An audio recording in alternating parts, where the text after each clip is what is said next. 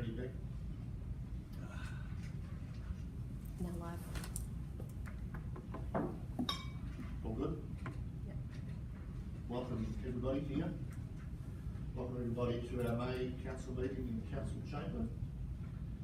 Clause 24 of the governance rules provide the following. This public meeting is being recorded to improve access to the meeting for our community. The recording will be published and will be retained by council in accordance with council's legal obligations.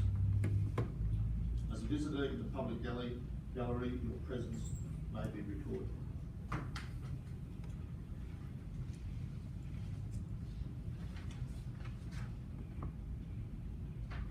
So I please ask everybody to stand for the acknowledgement of traditional owners. Thank you. We acknowledge the traditional owners of the land on which we are meeting. We pay our respects to their elders past, present and emerging, and to elders from other communities who may be here today. The opening prayer. Almighty God, we humbly ask Thee to bless and guide this council into deliberations so that we may truly preserve the welfare of the people who we serve. Amen.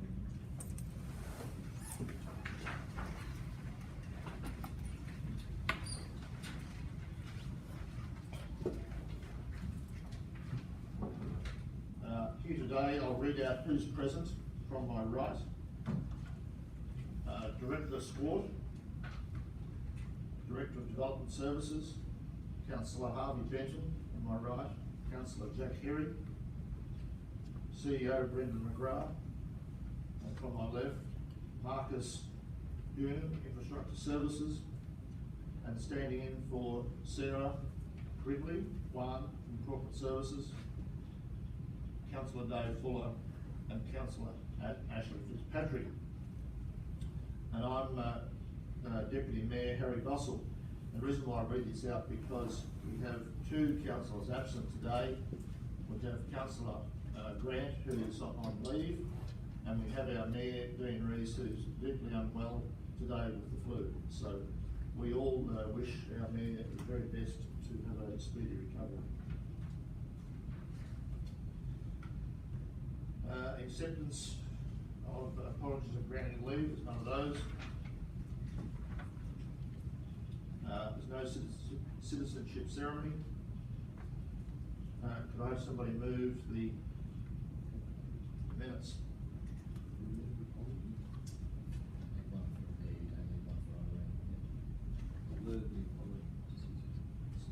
Second. Mayor, I'll move the apology to the plan.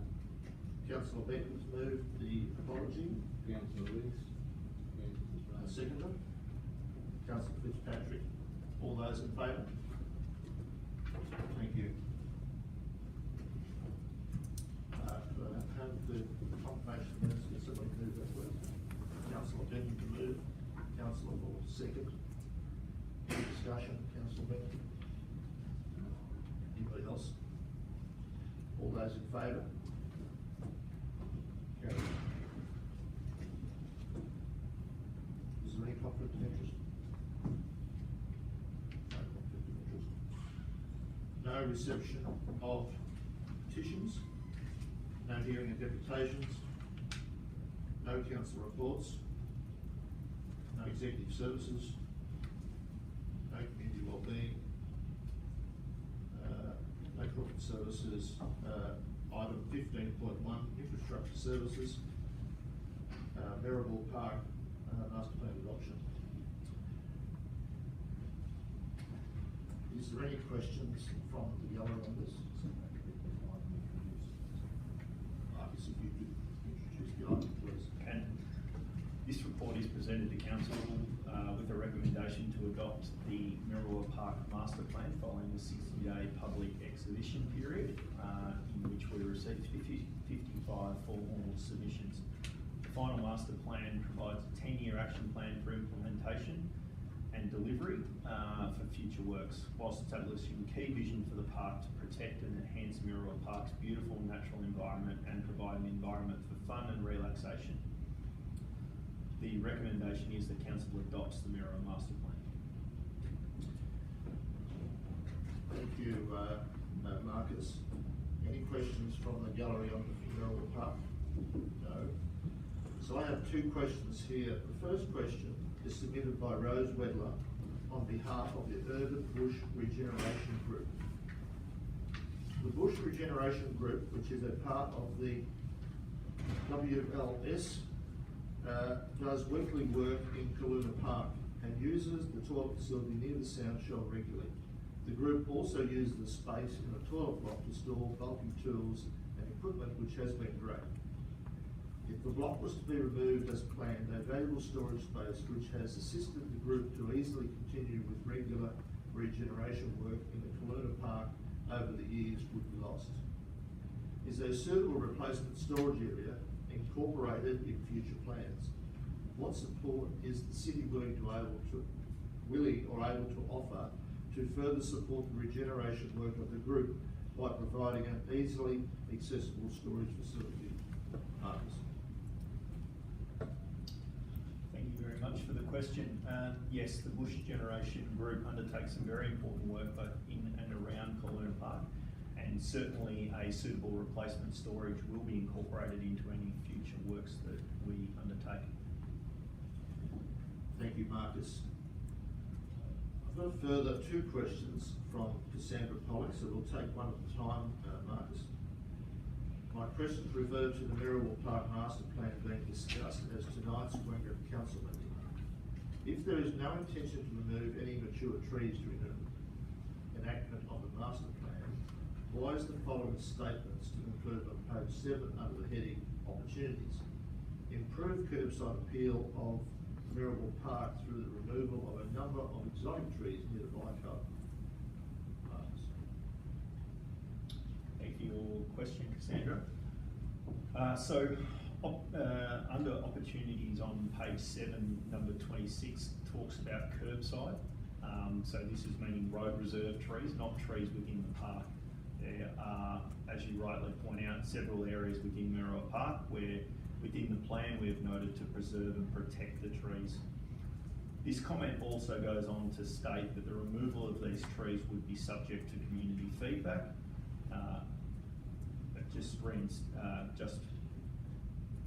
Being clear about we're talking about trees within the road reserve, not trees within Merriwell Park. Thank you, Marcus. Question 2. I acknowledge the master plan incorporates new features that acknowledge the significant Indigenous history of this space. However, the master plan has made no effort to incorporate an acknowledgement of the rich, varied, recreational 150-year history of Merriwell Park. Why not? It's the swimming and recreational cultural background of Wangara worthy of remembering and celebrating as well. If you could respond, please, Marcus. Thank you for the question again. So Council received 55 submissions on this master plan, and certainly a lot of verbal feedback through a number of conversations with not only user groups but the public in general. Throughout the plan's consultation, there's been significant feedback on the nature elements of the park, and this is highlighted in the plan and also the vision for the park moving forward. The master plan is a high-level plan. As each project is developed in more detail, community feedback will continue to be sought, and acknowledgements to its sporting history could be added if the community saw fit at that stage. Thank you, Marcus. Could I have a vote, please? Okay, Councillor Herrick. Thank you. Second. Chair, just a minute, I'll put a motion first. Thank you for that. So, I move the motion that council at 1 adopts the Merriwell Park Master Plan, April 2022. 2, any decision to remove the existing toilet block be brought before council to be determined by resolution. Thank you. With a second. Second to Councillor Fitzpatrick. Would you like to speak, Councillor Herrick? Certainly. Deputy Mayor, thank you. I just want to kind of touch on the responses that Director Goon engaged those questions briefly before I get into it. And I think he did make the point, but I just want to reiterate it, I guess, that there is no solid commitment to first, the removal of some of those trees. It's just a suggestion, particularly with respect to the ramp and access near the bike hub, pending future community consultation around what that actual ramp or access will look like, which will be a future piece of work of being reassured by Director Goonan with community engagement. Pending whatever comes out of that, there may be the need to modify some of the vegetation. Obviously, the message has come through loud and clear through the engagement that minimal modification or removal of disturbance of the existing vegetation is desired by a large portion of the community. And just the same applies to up on the road reserve with respect to the trees that are outside the park. If there's no solid commitment to the removal of those, and it will be considered and put forward to community in the future engagement piece. That's how I certainly read it, and I'm definitely not supporting a commitment to the removal of those. So I see significant arguments against. And yeah, just I guess highlighting that it's not precluded that there will be a future kind of development around, you know, how the history of the park is recognised. I just want to slip that in. But I want to thank everyone for their submission. 55 is a great number of submissions. It really signifies the importance of the park and the significance of this plan.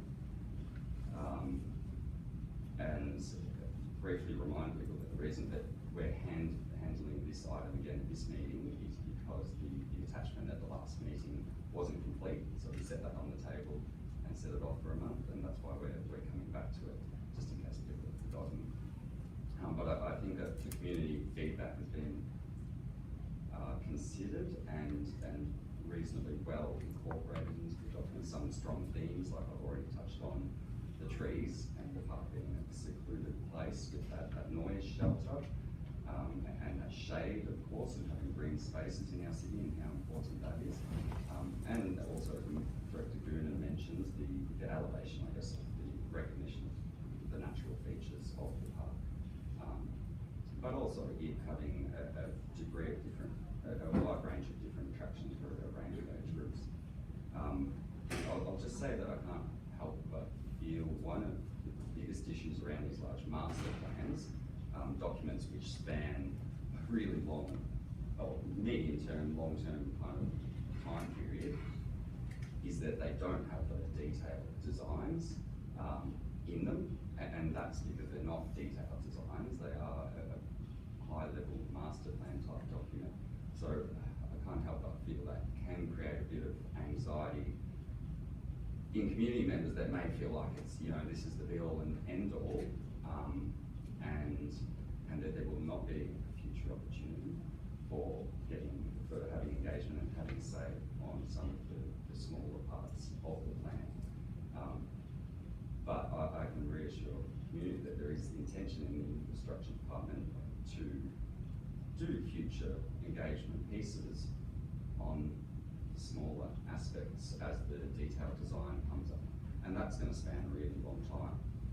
I'd like to note that perhaps having that formalised in triggers in these documents could be a future piece of work for us to consider, just so we reassure community, I guess, that they can be confident, oh, okay, when that comes up, be it 5 years, be it 10 years, there is a trigger here that it's going to come back out and do the rounds somehow, so it's not my last opportunity for a say.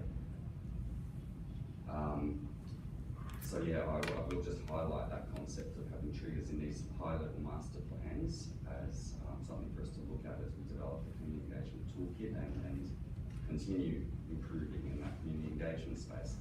And I do appreciate I'm probably pushing my 5 minutes. Can I have an extension, a minute or two? Thank you, Deputy Mayor. I just want to highlight why I put the points about the toilets. I'm just not comfortable with respect to making a real positive commitment to the removal of those toilets at this stage, because a lot of the plan talks about activation off that side of the park in the sound shelf. And things might change, you know, and if you have a small community event Angelo toilets, I believe. We've been informed that up to around 200 people that they could cater for, or thereabouts. A reasonable number of people, a reasonable event. So if they weren't there, an event of say 100 people or something in the sound shell or on the green down there, would have to hire in toilets, which is a prohibitive thing for a smaller event or a community event to have to do. So it just probably wouldn't happen. So I feel like it will hamstring our ability to activate that end if we commit to it and knock the toilets out as soon as we build a new block. And then it's too late, isn't it? So I'd like to be that, but that to be considered at a future point. Thank you, councillor Hewitt. Thank you. Councillor Hughes covered it? Anyone else like to speak? Anything more to add? Councillor Hewitt? Thank you. Thank you. Could I have a show of hands, please? The motion is carried. Thank you. 15.2, Cell 6 construction at Bowser Landfill. Director Gooner. Thank you, Deputy Mayor. This report is presented to council to provide an update on the Cell 6 construction works at our landfill and the financial impacts associated with the increasing quantities and change to approved plans. In 2021, council received a large amount of bushfire waste, which significantly reduced the life of Cell 7, which was the previous cell. To ensure that we could continue to landfill at Bowser, the Cell 6 construction design was pushed forward. This also meant a movement forward in the release of the tender documentation.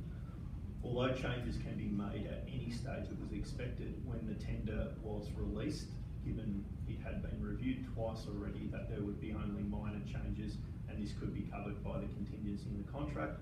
Unfortunately, when the review was completed, several additional items were noted, and these items were only partly covered by the contingency. The recommendation is that council approve a variation of $195,247.87, resulting in a revised contract amount and adjust the total project budget. Thank you, Director Gooner. Any questions from the gallery? No? Could I have a move, please? Councillor Herry, move. And Councillor Benton to second. Councillor Herry? Speak. Thank you, Deputy Mayor. Yeah, I guess I'll just say it is unfortunate sometimes with these projects. Originally it came under budget and now it's just nudging a smidge over. But you know, that's the way things go and context the climate shifting in that direction with capital projects. Thank you, Councillor Herry. Councillor Benton? Thanks, Deputy. I'd just like to say I'm supporting the motion, but I'd like to put a few facts on the table in relation to this. As the Director has already pointed out, the design was already placed before the auditors of the EPA back before September when the original contract was released. Since then, they've changed the designs and guidelines within the EPA. In another former life as a council, I know very well that facility out there, which the firm granted to the former city of Wangaratta to have bores put in to monitor any leaching from the facility. There's been no red flags raised around that facility in the flood that I'm aware of. They are constantly monitored, assured that they're constantly read around that facility. For the EPA now to have a perceived risk that we've got to do additional works to construct this, from 200,000 comes out of public funds. I think somewhere along the line we've either got to respect some of the things that are put in place, e.g. the permit that was given to the city of Wangaratta at the time, to engage the boards so that they are monitored to eliminate some of the risk and put up red flags so remediation work can be done. That hasn't happened, yet we have now the EPA through the auditor demanding extra work out of the council funds of some 200,000. I think sometimes power of some of these agencies just run away. And I know there's other facilities in the state that are around that have possibly got problems, but they possibly haven't got the infrastructure or the checks and balances that we've put in. I'll just hasten to add, Mr. Deputy, that area around that facility, probably for 1.5 kilometres, would have the most tested groundwater that I think would be in the state of Victoria, if not Australia, over the last 6 years, and it has been proven for no human activity in the last 6 years, quite frankly, it caused any damage to the groundwater. That's by the EPA. So it makes me wonder whether they're going to stop the wall reinforcements on a perceived risk. So, yes, we'll have to do it because the EPA are the law of the land. But I think it's got to be shown to the public and the constituents or the know where their money's going. Thank you. Thank you, Councillor Benton. Anyone else like to speak? If I could see a show of hands. Sorry. I'm the deputy. Sorry, am I right to reply? Yeah, I'll just briefly, I guess, touch on some of the points that have been raised, as I can't raise any new points. But the Councillor Benton, beg your pardon, mentioned remediation works and not having to do remediation works. But I guess I'd like to point out the fact that with the landfill and something of such environmental consequence and significance, we really want to focus on prevention. We don't want to be in a situation where we have to remediate. And that's, as far as I can tell, from briefing from our waste services coordinator, that is the intention of these additional design features. I agree it's unfortunate that they came into effect after original designs were approved. However, if they're the elements that are determined to be best practice to, prevent contamination and leachate from spilling into groundwater, which maybe hasn't had an incident yet, but some of the groundwater reserves are incredibly close to the bottom of our landfills. They're 3, 4, 5 metres in some of the low points. So it's really incredibly important that we do have adequate measures in place to preserve our valuable resources. Water's incredibly valuable. Resources are only going to become increasingly so, that we preserve those resources for future generations. Thank you, Councillor Herring. I'll put that to the vote. 15.2 is carried. Thank you. 15.3, curbside glass collection services. Thank you. This report is presented to Council to seek approval to proceed with a community consultation process on the curbside glass collection service model before considering the feedback and proposing a service model at a future council meeting. Council officers have a baseline service model being a monthly collection and accessible drop-off points at transfer stations. The proposed glass collection service model reflects a future service model that is enacted under Council's obligations by the Victorian Government's Circular Economy Act 2021. Noting the implementation and commencement date for the proposed curbside collection service model is subject to completion of the Resource Recovery Collective Hume Collaboration Procurement Activity, community feedback, and the Circular Economy Act 2021. The recommendation is that Council endorses the community consultation process for the proposed glass curbside collection service model for a 28-day public exhibition period, inviting submissions and community and stakeholder feedback, and reviews and considers adopting a proposed curbside glass collection service model at a future council meeting. Thank you, Director Goonan. Any questions from gallery? Thank you, Anne.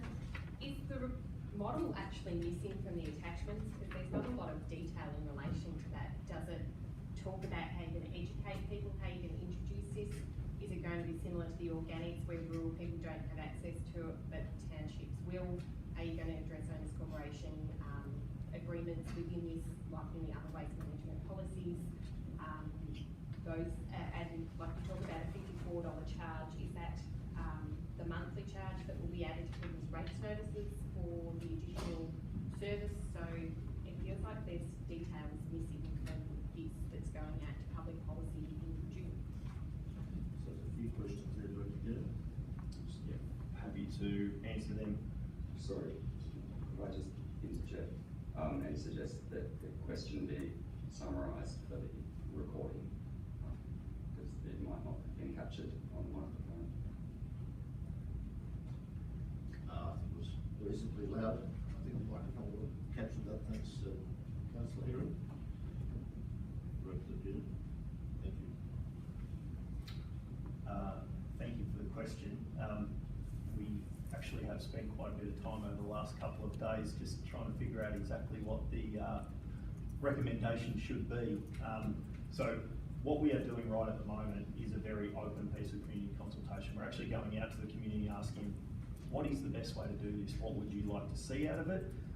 So yes, it is light on detail because we're not starting from a point of knowing what the model is. There is a number of ways that we can roll this service out. All the Act says is that we must have a glass collection service by X date. So there's several different models and the number of councils are using different models.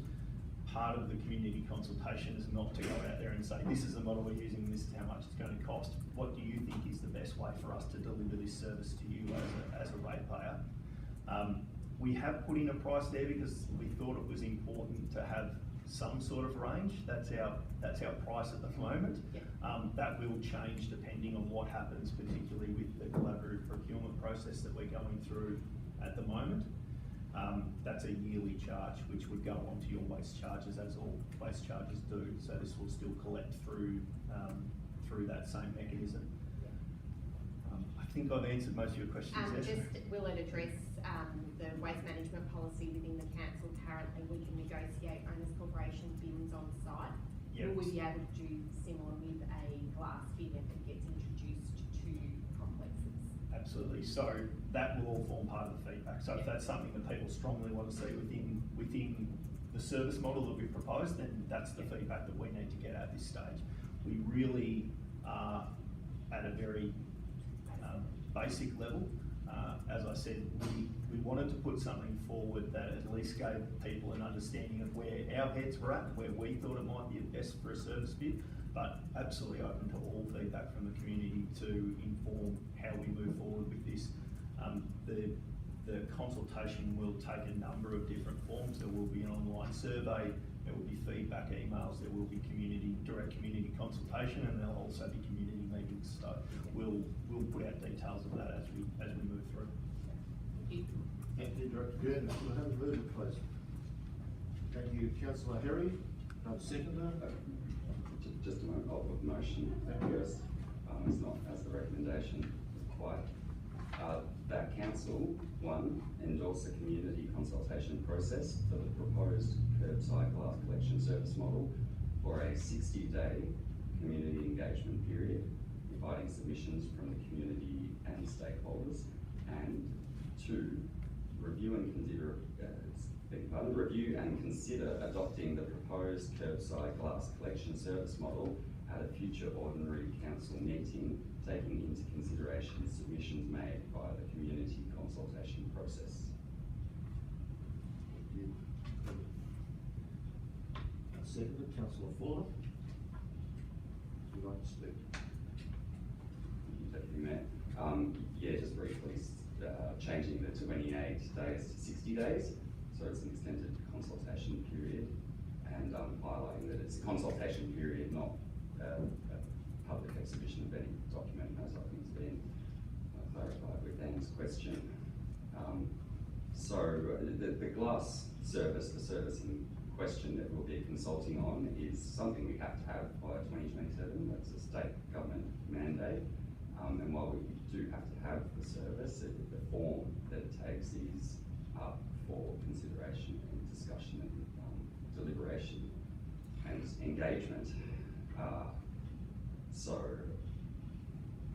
I can, yeah, definitely appreciate appreciate that some people may have reservations around another waste service. I guess what I want to say is that waste is not just a responsibility, it's an opportunity, a big opportunity for our community to collect some really useful resources and to add value to them and turn them into products in industry.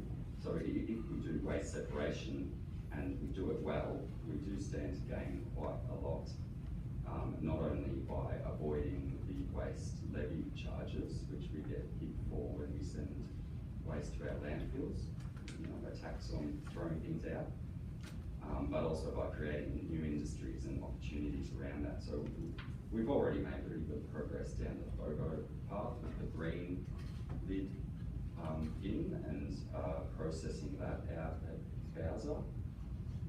Notwithstanding some trouble with plastic bags and the like, other plastic contamination. And we want to produce a really high quality product out there with that. But we can do the same potentially with glass.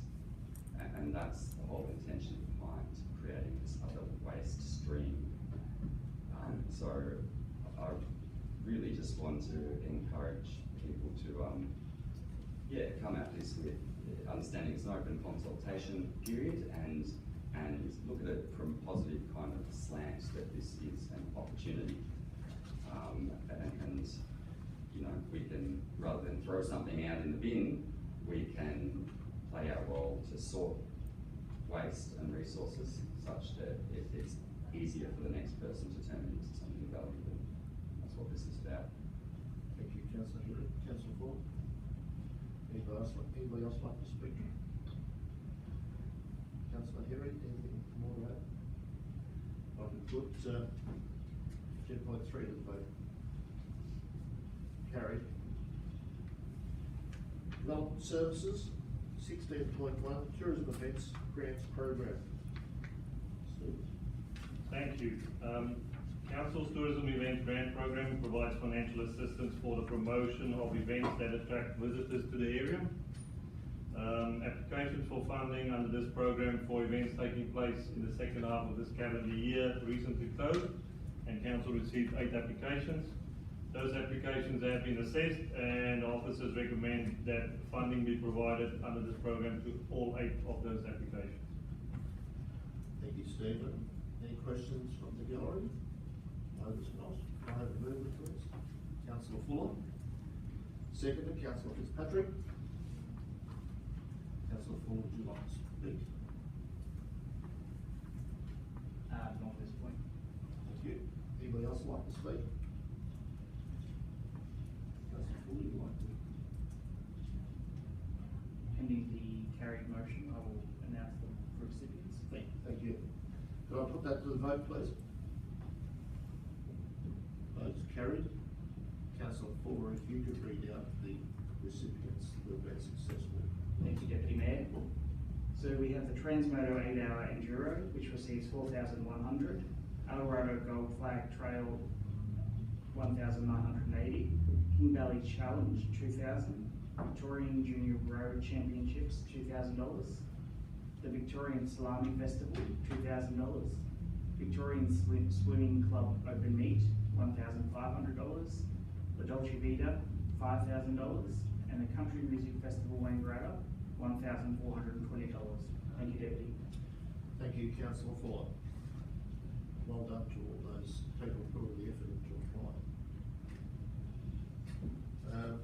No special committee reports, no advisory committee reports, minutes of advisory committee meetings. Thank you, Acting Mayor.